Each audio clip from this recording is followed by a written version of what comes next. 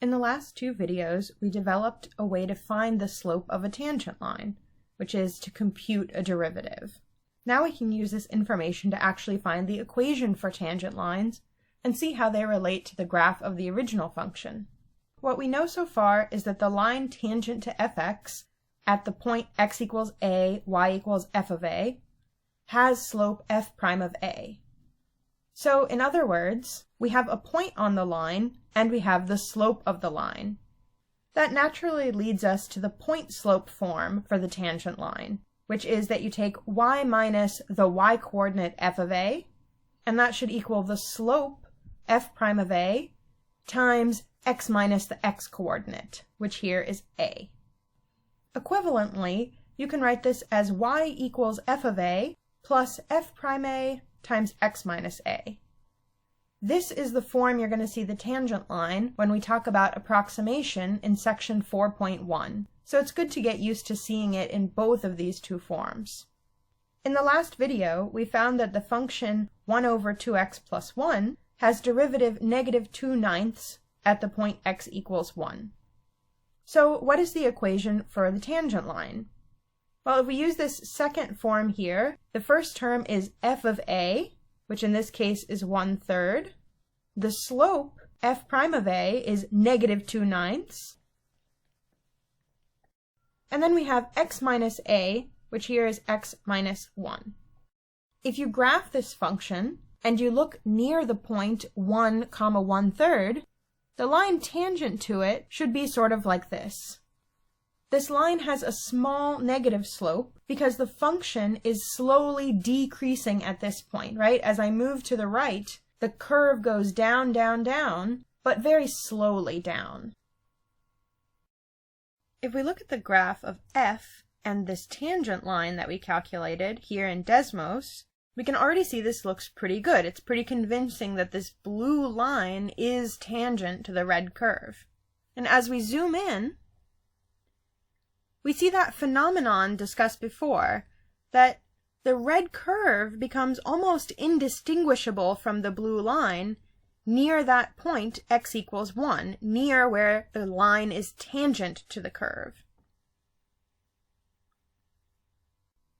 You can use any of the derivatives that we calculated in the last two videos to form tangent lines, and then check your answers by plotting the functions and the tangent lines in Desmos.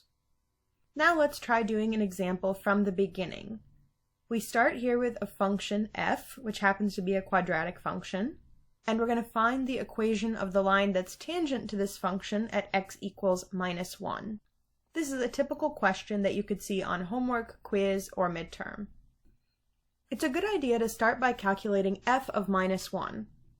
For one thing, that will tell us the point that lies on the tangent line, which here is minus 1, 4. We can also calculate the slope. We know that the slope of the tangent line is f prime of minus 1, and so now we just have to do the same thing we did in the previous two videos to calculate this derivative. We have to set up a limit. If we use the first style of limit, then on top we have fx minus f of minus 1, which we know to be 4. What goes in the denominator here? The denominator should be x minus a, x minus negative 1, which is the same as x plus 1. Now the quadratic function on top is 0 when x equals minus 1, and the bottom is also 0 when x equals minus 1. Since they're both polynomials, it's a good idea to try factoring.